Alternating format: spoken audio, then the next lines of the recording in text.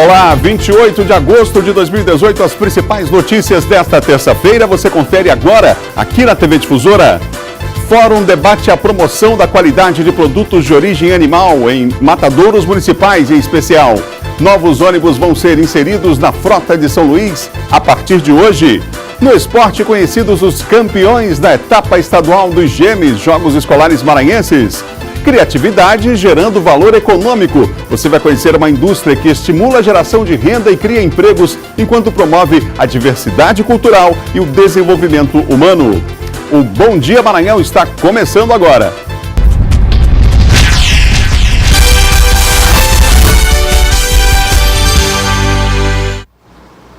São 7h01, um ótimo dia para você que nos acompanha em todo o estado aqui pela TV Difusora. Estamos começando o nosso Bom Dia Maranhão. Daqui a pouco teremos a participação de Silvan Alves e os destaques do mundo policial. Tem ainda John Coutrin falando de política e Laércio Júnior destaca as notícias do esporte. Vamos saber como é que o Sampaio está se preparando aí depois desse resultado obtido fora de casa. Um bom resultado, por sinal, uma vitória em cima do Paysandu lá em Belém do Pará. Vamos destacar os Jogos Escolares Maranhenses. A gente acompanhou ontem a final do basquete, mas já são conhecidos os campeões em todas as modalidades dos Jogos Escolares Maranhenses. Um sucesso, mais uma vez, o GEMES aqui na capital do Maranhão, reunindo escolas da capital, também do interior. A gente vai falar sobre esse assunto daqui a pouquinho aqui no nosso Bom Dia, hein? A Avenida Castelo Branco, no São Francisco, já foi um dos principais centros comerciais da capital. Mas hoje, mesmo com a resistência de alguns empresários, a realidade é bem diferente. Marcos é um legítimo sobrevivente na Avenida Marechal Castelo Branco. Mas para permanecer com o negócio às margens da via, teve que se adequar às mudanças no trânsito. A construção de um estacionamento privativo garante a boa movimentação na loja. Reinvestir na compra de um terreno para estacionamento, mudar o layout e o mix da loja para se tornar mais atrativo. Então, é sempre um momento entre mudanças e readequações. Tivemos comerciantes aqui que conseguiram construir vaga rotativa recuando a loja, mas isso é um privilégio de poucos. Nem todos conseguem isso. Então, quando o cliente para visitar algum comércio, ele acaba sendo multado. Isso faz ele procurar o quê? A comodidade dos shoppings. Ao longo da avenida são dezenas de prédios com as placas para alugar ou vender. Outros já estão de mudança. E a dificuldade imobiliária aqui no bairro do São Francisco não está só na Avenida Marechal Castelo Branco. Nas ruas também há muitos imóveis dessa forma, com a placa de aluga ou vende. Mas assim como Marcos, empresários decidem ficar e investir. E existe mercado. Ronald, há muitos anos, compra no comércio localizado na Avenida Castelo Branco. Sou cliente aqui há mais de 11 anos, né? As compras do hotel sempre faço aqui. Às vezes você escolhe um fornecedor que tem preços acessíveis, estacionamento também não é uma dificuldade aqui não. A Avenida Castelo Branco é uma das principais de São Luís, com fluxo intenso de veículos. Liga a parte considerada mais antiga da cidade, o centro, a parte nova. Bairros como Ponta da Areia e Península, por exemplo. Para quem mora no bairro do São Francisco, sente os efeitos das mudanças, da transformação ao longo dos anos. Mas com muito orgulho, Luciana, que já vive no bairro há 20 anos, afirma que não pretende se mudar tão cedo. E lembra de muitos episódios vividos na Avenida Castelo Branco. Tinha o Colossal, né, o cinema, que fez parte da minha infância toda. Toda semana eu ia para lá. R$5 filme, né? Sempre atendeu às necessidades. Tem muito comércio, tem tudo que o morador daqui precisa, né? É uma avenida charmosa, é um ponto da cidade já tradicional em relação às compras. É claro que com o tempo as coisas vão mudando. A partir dos shopping centers que foram se instalando na cidade, muitos comércios, né, muitos comerciantes foram se deslocando para esses locais. Mas a cidade pulsa em vários lugares, as atividades comerciais, você viu aí na reportagem, elas continuam acontecendo. Ali tem uma região onde tem um setor hoteleiro forte nessa Avenida Castelo Branco. Vida que segue é assim mesmo, a cidade vai se adaptando e as pessoas também a essas mudanças. Não é? Agora, claro que o mercado imobiliário sente o impacto disso. Ali nós temos prédios ali que já receberam, né, era muito fácil alugar uma sala, era difícil, aliás, alugar uma sala nessa região da cidade. Hoje em dia ficou mais fácil, é a dinâmica da cidade que vai mudando mesmo. São 7h mais 5. Olha, a criatividade gerando valor econômico. Você vai ver agora na reportagem de Ciro Mineiro uma indústria que estimula a geração de renda, cria empregos enquanto promove a diversidade cultural e o desenvolvimento humano. É a economia criativa. Você sabe o que é economia criativa? Acredito que seja alguma espécie de... Eu não sei nem falar a verdade o que seja mesmo, na verdade. Do que seja realmente da definição correta, não. Essa administradora chegou bem perto. Imagino que seja mais ligado ao artesanato, à produção manual. O conceito de economia criativa é muito amplo, mas basicamente é toda a atividade que tem como produto a arte e a criatividade. Além disso, é preciso haver um trabalho conjunto, ou seja, integrado a outros profissionais. É bem assim que atuam o Beto, o Iramir e a Nádia. Juntos, os 3 profissionais produzem quadrinhos e curtas animados. Os trabalhos sempre envolvem a história, as tradições e a cultura do Maranhão. Cada projeto desenvolvido necessita do auxílio de especialistas para que seja concluído e bem aceito pelo público. O nosso trabalho, ele é um trabalho que nasce de uma produção intelectual, né, no caso criativa, e a partir dele demanda uma produção. E dentro dessa produção existem, além da gente produzir, entre nós mesmos aqui na dupla, a gente também contrata e chama colaboradores para poder produzir juntos esse material. Depois que o Brasil foi severamente afetado pela crise econômica, a criatividade se tornou a palavra-chave para quem decidiu empreender. Diante do fechamento de postos de trabalho, as pessoas precisaram descobrir as habilidades, como forma de tentar equilibrar as finanças. Investir em uma ideia criativa, executá-la e ainda garantir uma boa renda no final das contas. Isso é, na prática, economia criativa. A sociedade como um todo, ela é uma sociedade plural. Então você tem, para resolver determinadas questões, para criar determinados produtos, a competência de várias pessoas, de várias individualidades. Então, por exemplo, eu crio um roteiro, mas preciso de um desenhista para executá-lo. Uma vez que isso seja pronto, isso vai para uma gráfica, que precisa da competência de gráficos. A qualidade do serviço oferecido também é fundamental. No caso desse trio, o resultado dos trabalhos pode ser visto nas publicações, que prezam pela qualidade nos desenhos, com o roteiro e, acima de tudo, com o conteúdo. Desde o primeiro semestre deste ano, o Sebrae tem trabalhado no fortalecimento da economia criativa aqui em São Luís.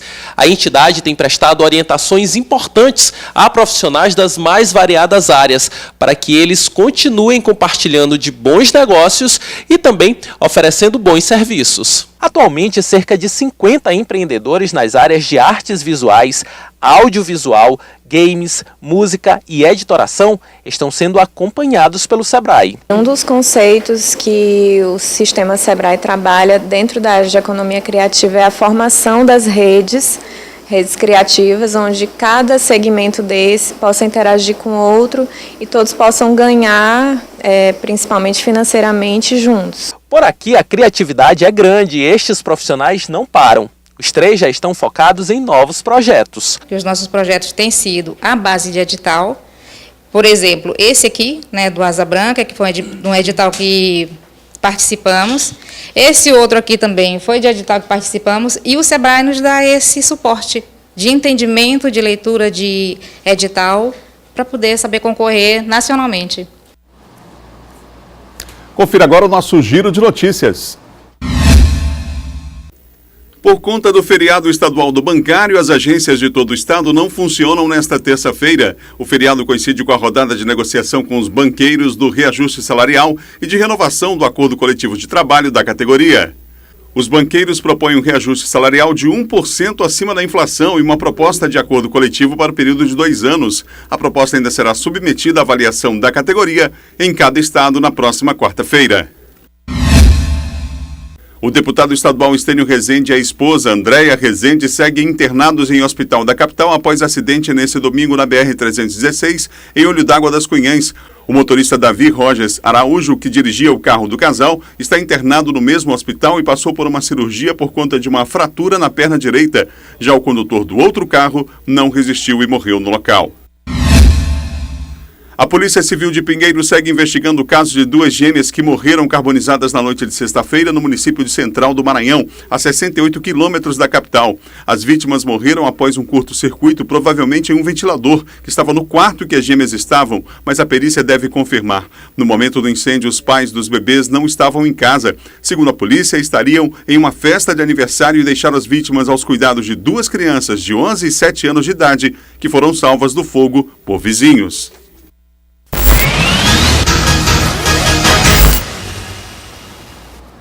Vamos à participação de Silvan Alves. Silvan, infelizmente a gente já viu outras notícias como essa daí, né? Crianças que acabam ficando em casa tomando conta de outras crianças. Isso geralmente triste, não termina bem. Às vezes os pais precisam sair para trabalhar e tudo, mas nesse caso, inclusive os 2 foram ouvidos ontem na delegacia. Os pais estão sendo indiciados em inquérito, porque a primeira informação dá conta de que eles estavam se divertindo, participando de uma festa lá em Central do Maranhão, e acabaram deixando de 11 e de 8 anos tomando conta dos gêmeos, né? Os 2 menores que infelizmente não conseguiram sair. Os vizinhos também não conseguiram tirar essas crianças e lamentavelmente elas perderam a vida, apesar dos esforços feitos pelos vizinhos. A perícia vai determinar se realmente houve uma pane no ventilador, né, que pode ter sido, isso é uma versão já apresentada pela criança de 11 anos, que diz que o fogo começou realmente no ventilador. Mas a perícia deve constatar isso através dos laudos, e os pais, por enquanto, vão ficar respondendo o inquérito a partir do momento em que está havendo o andamento das investigações, que a polícia tem 30 dias para concluir o inquérito e provavelmente os 2 serão indiciados no final das investigações. Que coisa, hein? Lamentável. A polícia estourou um acampamento na Vila Funil, Silvan. O que encontrou lá? Foram armas. Os criminosos não tiveram tempo de recolher, porque a polícia chegou rápido. E essa aí faz parte da estratégia que a Força de Segurança tem adotado para levar um pouco de tranquilidade aos moradores da Vila Funil. Então, o que os criminosos saíram da área do perímetro urbano, montaram um acampamento dentro do mato, e de lá eles continuavam comandando, né? Você sabe que lá é uma área crítica, onde as pessoas são expulsas das suas casas e etc. A polícia conseguiu chegar a esse local aí, houve troca de tiros, há informação com vestígios de sangue que foram encontrados na vegetação de que um dos criminosos teria sido baleado, ele, no entanto, não foi encontrado. E o que chama atenção é o arsenal que eles tinham lá e aparelhos de rádio, de comunicação, onde eles monitoravam a chegada da polícia, né, as incursões que estão sendo feitas lá no bairro, e também a aparelho de TV com conversor digital. Eles tinham toda uma estrutura montada lá no meio do mato, e eles ficariam lá, né, é claro, controlando a população, controlando a comunidade. É claro que eles foram identificados. O caso deve ser encaminhado agora para a delegacia da Polícia Civil, onde o delegado deve representar o pedido de prisão de todos esses indivíduos aí. Silvan, ontem houve um assalto a ônibus na Vila Esperança, ali na BR-135? O ônibus da linha do terminal, o pessoal era final de noite, o pessoal estava voltando para casa e foram surpreendidos por cerca de 3 indivíduos. Um deles confundiu um passageiro com um policial, ele achava que o cidadão era policial, e aí ele, sem dó nem piedade, atirou na cabeça da vítima. A vítima conseguiu desviar, e essa mesma bala foi atingir o peito de uma jovem, né? Está internada, ela já passou por cirurgia, o estado dela requer cuidados. O cidadão escapou por um triz, o tiro foi de raspão. O pessoal do GSA, da Polícia Militar do Estado do Maranhão, eles fizeram incursões, fizeram a apreensão de um adolescente e um outro indivíduo que seriam, né, ou estariam envolvidos nesse assalto aí que aconteceu nesse ônibus ali da área da zona rural. Obrigado, Silvan. Um ótimo dia para você. Bom dia, Adalberto. Bom dia a todos. São 7 horas e mais 14 minutos, 7h14. Agora nós vamos à Imperatriz, da região Tocantina. As informações chegando com Luiz Carlos Lima. Bom dia, Luiz. Bom dia, Adalberto. Bom dia a todos. Olha, a campanha de vacinação contra o sarampo e a poliomielite termina na próxima sexta-feira, dia 31. De acordo com o Ministério da Saúde, mais de 4 milhões de crianças na faixa etária entre 1 ano e menores de 5 anos de idade ainda não foram vacinadas. Todas as crianças com idade entre 1 ano e menores de 5 anos devem receber as doses, independentemente de sua situação vacinal. De acordo com o Ministério da Saúde, mais de 4 milhões de crianças em todo o país ainda precisam ser imunizadas. Até mesmo as crianças que já possuem o esquema vacinal completo devem ser levadas aos postos de saúde para receber um reforço. Foram aplicadas ao todo mais de 14 milhões de doses, cerca de 7 milhões de cada. A cada meta do governo federal é vacinar pelo menos 95% das 11,2 milhões de crianças na faixa etária estabelecida e criar uma barreira sanitária de proteção da população. A campanha da vacinação começou no dia 6 de agosto e segue até esta sexta-feira. Atualmente, o país enfrenta 2 surtos de sarampo, em Roraima e no Amazonas. A nossa porcentagem já foi de 73%, né? Até o dia 31, acho que nós queremos atingir as 95%. E terminando mesmo a campanha, entra na rotina a vacinação. Quem não pôde vacinar vai continuar nas unidades de saúde à disposição da população. 3 unidades prisionais aqui de Imperatriz participam da programação da Semana do Encarcerado, que discute a reintegração social dos internos. A abertura foi ontem. A 19ª Semana do Encarcerado, que esse ano trouxe como tema Reintegração Social, Sistema Penitenciário no Rumo Certo. Tem como objetivo, por meio do evento, garantir o fortalecimento das ações de atendimento aos internos, dando a eles condições para o cumprimento da pena e de capacitação profissional. A Defensoria Pública vai realizar atendimentos durante toda a semana nas 3 unidades prisionais da região. A gente só vem aqui, na verdade, para enfatizar os serviços que já são prestados ao longo do ano. O interno Marquiel destaca a importância da Semana do Encarcerado. Dentro das celas, a gente tem como outro teor, qual é? A semana da oportunidade. A oportunidade, qual seria essa? A oportunidade de estar de frente a vocês, que são a sociedade, mostrar para a sociedade que muitos cometem erros, mas merecem uma chance. A unidade prisional de ressocialização de Imperatriz abriga hoje 330 internos. Alguns aguardando julgamento e outros já cumprindo pena. Por hoje é só, Adalberto. A gente volta com você aí no estúdio.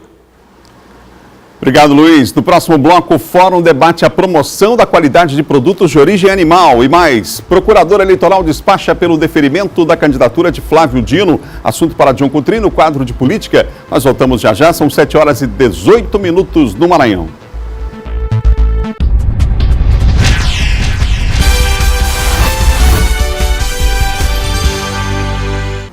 São 7h21, de volta o Bom Dia Maranhão ao vivo para todo o estado. Vai ser aberto daqui a pouco o primeiro Fórum Estadual da Promoção da Qualidade de Produtos de Origem Animal.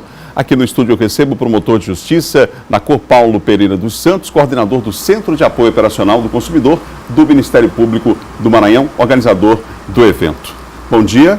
Bom dia telespectadores da TV Difusora, bom dia consumidores de todo o estado do Maranhão. Essa preocupação com a qualidade de produtos de origem animal, ela é grande de todos, dos diversos órgãos envolvidos, não é? Em especial, imagino, porque a gente está tratando uma questão de saúde pública, não? Com certeza. Eu costumo dizer que o investimento na qualidade, através da fiscalização, da qualidade dos alimentos, através da fiscalização rigorosa, através da própria regulação das entidades que cuidam da defesa agropecuária e dos órgãos de vigilância sanitária, é investimento, porque aquilo que é consumido, contaminado pelos consumidores, vai gerar doenças e vai encarecer o sistema de saúde do Brasil, que é um sistema que funciona com dificuldade. Ou seja, investir em qualidade de alimentos é investimento. Quais são os principais desafios nessa área, o senhor entende, aqui no estado do Maranhão, em especial em São Luís? Hoje, por exemplo, uma questão específica que vai ser tratada, quer dizer, em especial, é a questão dos matadouros municipais, não é? O tema de hoje é a promoção da qualidade dos produtos de origem animal e certamente passa por essa questão. Os problemas que envolvem os matadouros públicos e privados. É bom dizer que se trata de uma prática criminosa.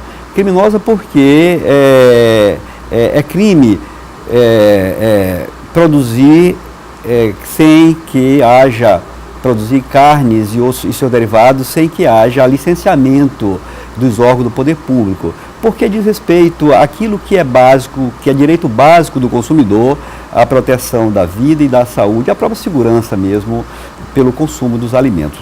Desde o ano passado há uma ação articulada, inclusive com a Secretaria Municipal responsável por essa fiscalização, o PROCON também, enfim, várias entidades estiveram trabalhando de forma conjunta, realizando blitz, enfim. Esse serviço de fiscalização vai continuar aqui na capital e no interior? A fiscalização e a atuação articulada dos órgãos de defesa do consumidor precisa ser permanente. É sempre bom lembrar que o inciso 32 da Constituição Federal estabelece que o poder público tem um dever de proteger o consumidor e também incentivar a criação de órgãos da iniciativa privada, como as associações de defesa do consumidor, porque é importante que o consumidor esteja sendo visto e defendido por todos esses segmentos e, obviamente, que os órgãos da rede de proteção do consumidor, e não só os órgãos públicos, e nós destacamos com muita satisfação o PROCON, as entidades do poder público, como dos municípios, onde tem o sistema de inspeção municipal e de estadual, através também da Agência Estadual de Defesa Agropecuária e o próprio Ministério da Agricultura. Ou seja, sem essa ação articulada, é muito difícil se fazer o controle da cadeia de produção dos alimentos, porque é uma cadeia complexa, envolve uma quantidade imensa de setores, e por isso mesmo a vigilância precisa ser sempre redobrada. Nós temos muitos matadouros clandestinos ainda funcionando aqui na capital? Existem muitos abatedouros clandestinos funcionando em todo o estado. Sempre que são descobertos, são objeto de ações, inclusive ações de investigação criminal, por se tratar de delito, de crime. E na capital, como em qualquer outro lugar do Brasil, sempre surge pela, talvez, iniciativa das pessoas da busca de meios de vida. Só que esse segmento exige licenciamento, exige regularidade, exige fiscalização. Por isso mesmo nós orientamos as pessoas que desejam atuar neste segmento que tenham cuidado de buscar a autorização do poder público, porque do contrário elas serão envolvidas em inquérito policial, em ações penais. E a AGED tem, inclusive, a Agência Estadual de Defesa Agropecuária, tem feito um trabalho extraordinário através dos seus agentes fiscais, que são parceiros que têm atuado especificamente neste segmento. Como é que o consumidor pode se defender, digamos assim, nessa questão? Essa questão que envolve saúde pública, ambiental também, é um problema ambiental. Como é que o consumidor pode se defender, se é que é possível, de comprar um alimento que tenha uma origem de qualidade duvidosa? Esse é um dos itens que merece muita atenção nossa e de todos os órgãos e entidades que defendem o consumidor. A informação é sempre o item de prioridade número 1 para o consumidor. E no que se refere à qualidade dos produtos de origem animal, especificamente com relação à carne, as carnes que são produzidas no estado do Maranhão, o que tem de maior necessidade para nós, maior dificuldade, é convencer a população a exercer alguns cuidados na aquisição desses produtos, porque há mitos e há costumes que fazem com que as pessoas acreditem que a carne deve ser comprada ainda fresca. E a gente sabe que a carne, quando é produzida, ela precisa ser acondicionada, refrigerada, para que chegue nas mãos do consumidor em boas qualidades. E eu menciono aqui que nós temos uma cartilha para orientar os consumidores e nós queremos desmistificar isto para que os consumidores possam exercer os seus direitos conscientemente dos riscos que o consumo de produtos de origem duvidosa e de origem irregular oferece à saúde desses consumidores. O fórum começa daqui a pouco, às 8h30 da manhã? Começa daqui a poucos instantes, a população está convidada a participar. Nós temos já confirmado um grande número de prefeitos municipais do Maranhão com seus secretários. Nós queremos fazer um diálogo bastante amistoso e bastante produtivo, porque são gestores das entidades da República de maior legitimidade, pois os municípios estão mais próximos dos cidadãos, ou seja, os prefeitos e seus gestores estão convivendo diariamente com as pessoas nos municípios. Por isso mesmo, nós queremos que esse encontro seja produtivo, para que nós possamos identificar essa grande quantidade de problema que envolve o abate, os matadouros e a produção de carne, né? Com certeza. Muito obrigado pela entrevista. Daqui a pouco, então, na sede do Ministério Público, acontecendo esse fórum. Conversei aqui com o promotor de justiça na Cor, Paulo Pereira dos Santos. Obrigado pela entrevista aqui no Bom Dia Maranhão. Nós que agradecemos, estamos de portas abertas. É sempre uma satisfação recebermos o consumidor e nós estaremos sempre trabalhando para que haja segurança nas relações de consumo e proteção do consumidor. Obrigado mais uma vez.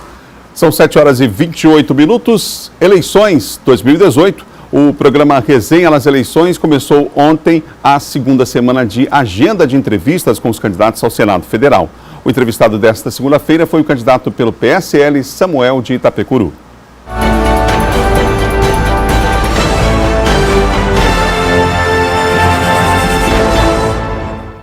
O candidato pelo PSL chegou à TV Difusora sozinho. O postulante ao Senado destacou, antes de iniciar a entrevista, a importância de aberturas como esta para contribuir com a escolha dos eleitores no dia 7 de outubro. Os eleitores vão saber as propostas dos seus candidatos, entendeu?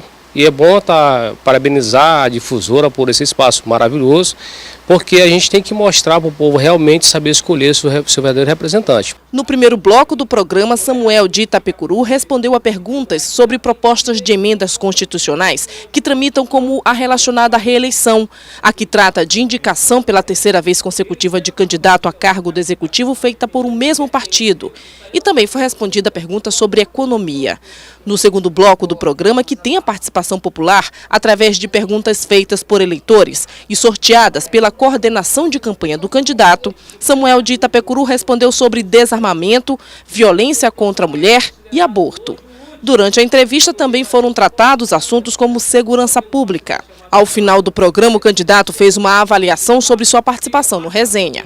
E essa oportunidade que a gente teve aqui, a gente pode mostrar um pouquinho das nossas propostas que a gente pode fazer, as pessoas que podem, nesse momento, estar nos assistindo, dizer assim, eu vou dar uma oportunidade. Eu acho que a renovação sempre é bom, e sempre foi bem-vinda no nosso estado, no nosso município e no nosso lar, nas nossas igrejas.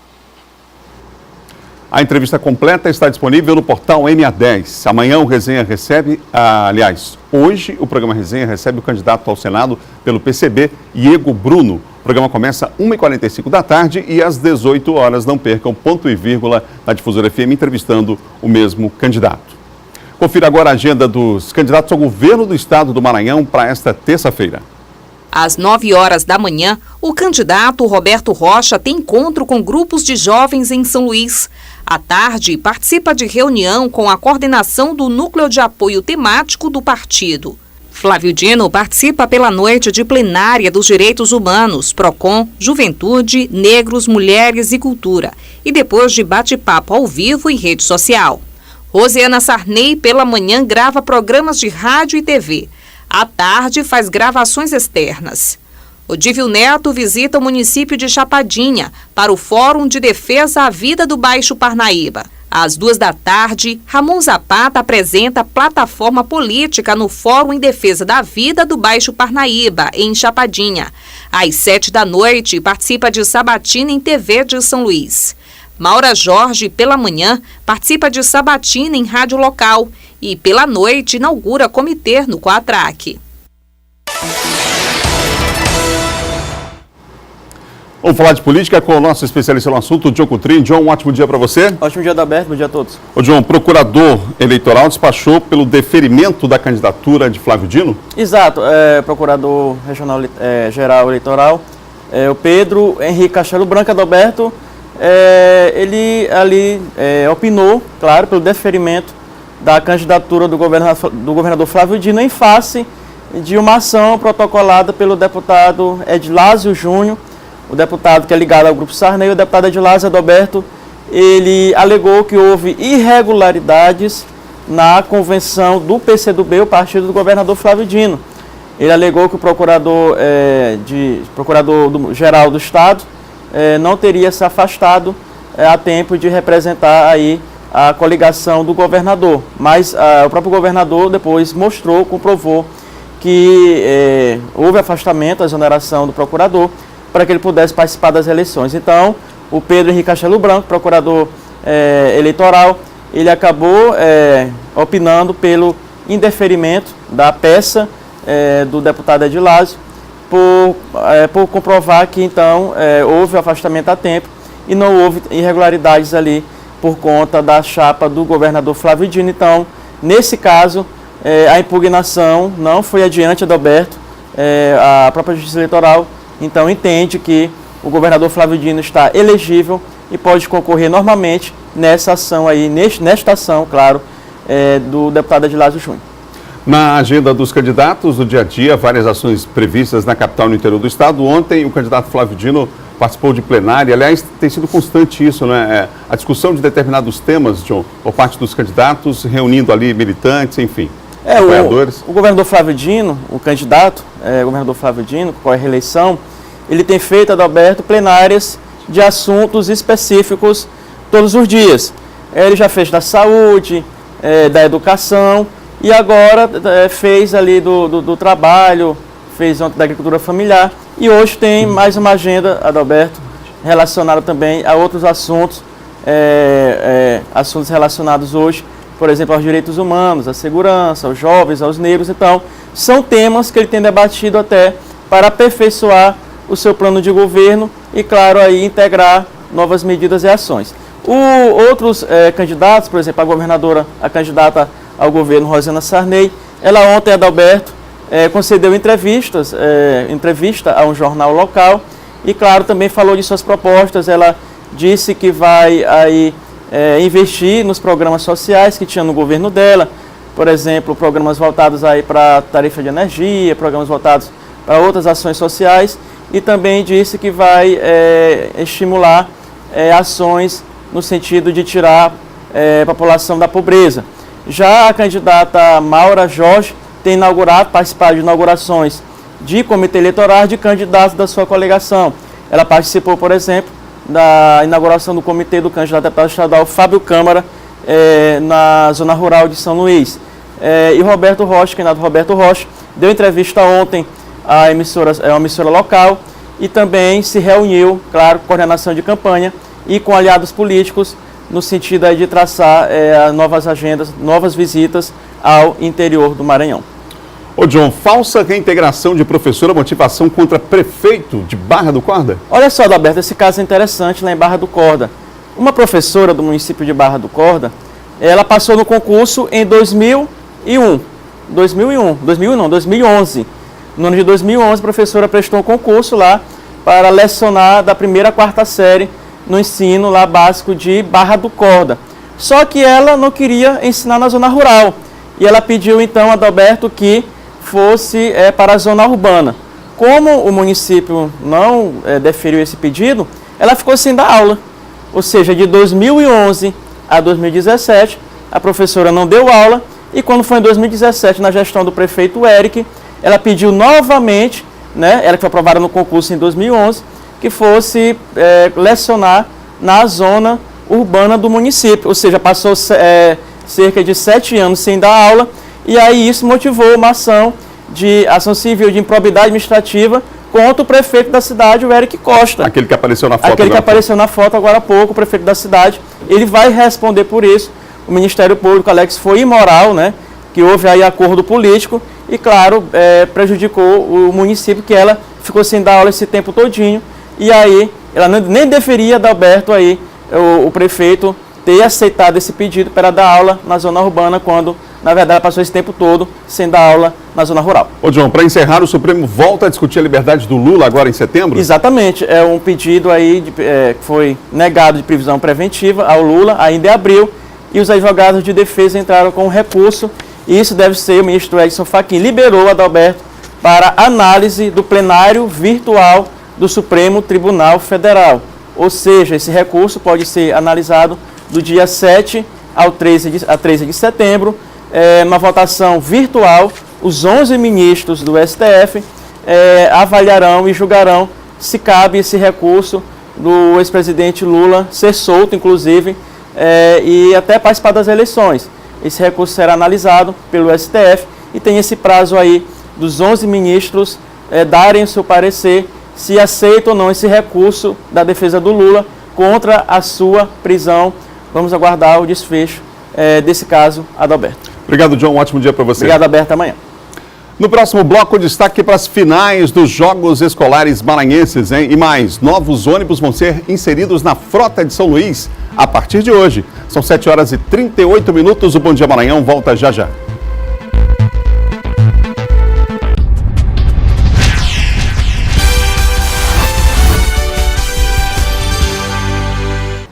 Não perca a hora, são 7h41 no Maranhão.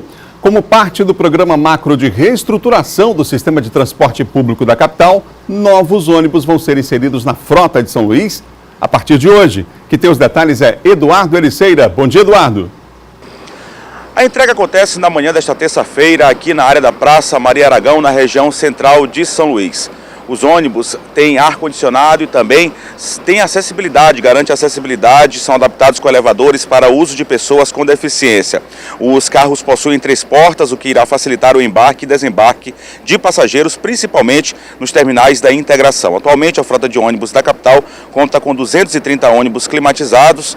Com mais essa entrega, vai crescer esse número no transporte público que atende aqui a capital São Luís. Além da climatização e renovação da frota, a Prefeitura implantou na gestão do prefeito Edivaldo Holanda Júnior outras melhorias como GPS, recarga embarcada, app Meu Ônibus, biometria facial, bilhete único e cartão criança, bem como a licitação do transporte público, que foi um marco aqui para a capital maranhense. Ação considerada histórica para o sistema de transportes aqui de São Luís, que nunca havia passado por um processo desse tipo. A gente conversou com o prefeito Edivaldo Holanda Júnior nesse último final de semana, durante um outro evento, a inauguração de uma ponte no bairro da Vila Isabel, na área Itaquibacanga, e ele confirmou, ele inclusive antecipou a nossa entrevista na Difusora FM pela manhã.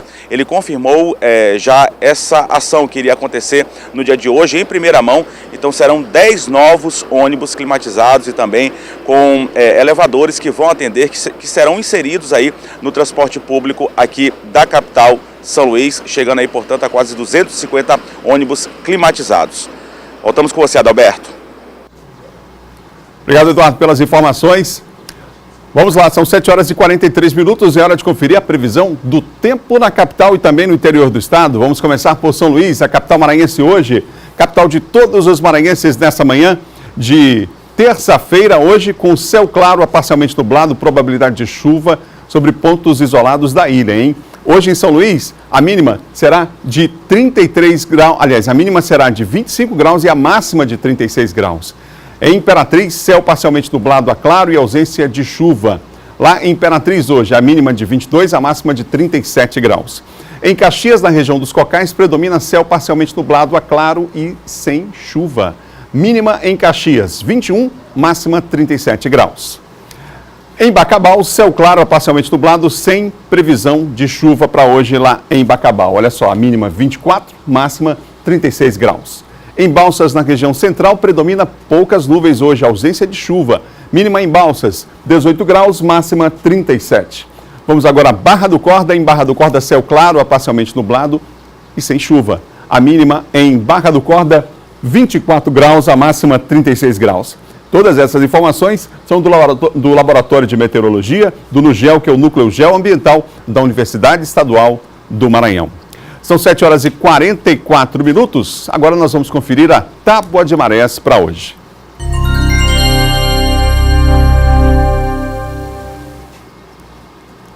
Uma 1h56 da madrugada, 0,4 metros. A primeira maré baixa de hoje, às 7h54, maré alta daqui a pouco, em 5,8 metros. Às 14h15, portanto, às 2 da tarde, 2h15. 0,4 metros, 8h12 da noite, 5,8 metros, nova maré alta, portanto. E que tal agora a gente falar de esporte, hein?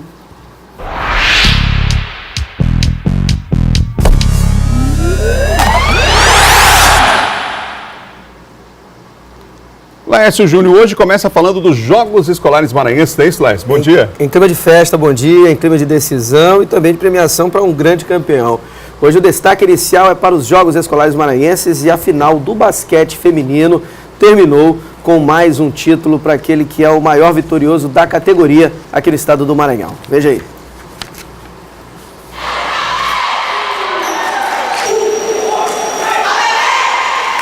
Enquadra dois times bem diferentes. As meninas de branco são da Escola Pequeno Príncipe de Chapadinha. Esta é a primeira vez que participam do Gêmeos e já chegaram à final. As de azul são da Escola Educales, de São Luís. 4 gêmeos no currículo, 4 vitórias. E a experiência na competição parece que falou muito mais alto.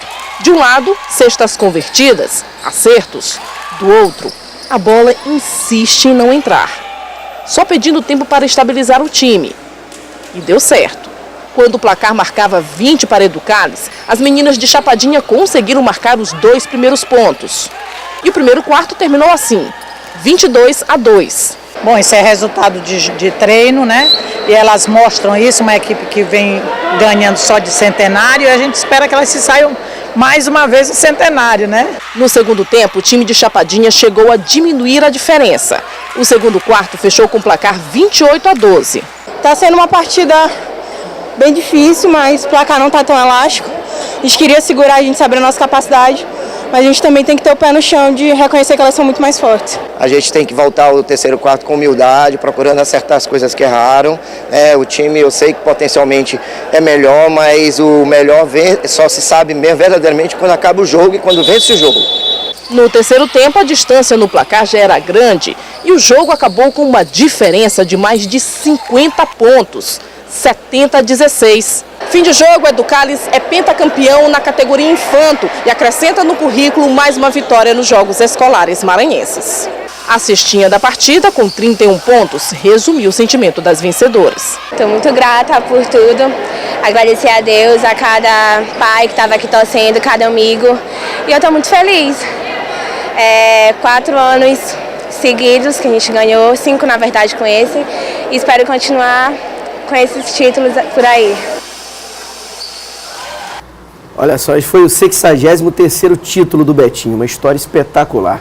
Vale lembrar que ele foi o responsável por revelar a Isiane para o basquete mundial. E no masculino o título ficou com o Pauaçu, que venceu o Reino Infantil na final por 46-41. No futsal masculino, a medalha de ouro ficou com a escola Getúlio Vargas de Cantanhede. No feminino, Bom Pastor levou a melhor. Ainda tivemos as finais do handball, com ouro no masculino para o Barbosa Godoy e Santos Pedito no feminino. No vôlei, o ouro ficou com Augusto Batista de Timó e no feminino para Adonai de Açailândia. Olá, então, gêmeos com muita movimentação. Você falava sobre o Betinho, é uma carreira realmente impressionante, é o rei dos Gêmeos. A gente falou aqui de 63 títulos com esse de ontem, né, do Gêmeos, do Betinho, que agora está lá no Educales. Ele ganhou também no Colégio Batista, Colégio Dom Bosco, foram as 3 escolas que ele passou, ganhando esses títulos todos. E o primeiro título foi em 1979, lá no Costa Rodrigues, no antigo Costa Rodrigues. Com 19 anos ele já era treinador. Realmente merece todo o aplauso, todo o destaque, porque é um dos grandes nomes do nosso esporte, do esporte do Maranhão, do Nordeste do Brasil, né? Pois é, quase 40 anos de história, mais de 40, 41 anos fazendo história no handball, aliás, no basquetebol aqui do nosso estado do Maranhão. E o Betinho, que foi o responsável pelo projeto do Sampaio Basquete, do Maranhão Basquete. Falando agora de futebol, o Sampaio voltou aos treinamentos ontem. Confira como foi a reapresentação boliviana após a boa vitória. O objetivo agora é aproveitar o pouco tempo de descanso até o próximo jogo e, principalmente, saborear a vitória fora de casa. O Sampaio passou 12 jogos sem sentir esse gostinho.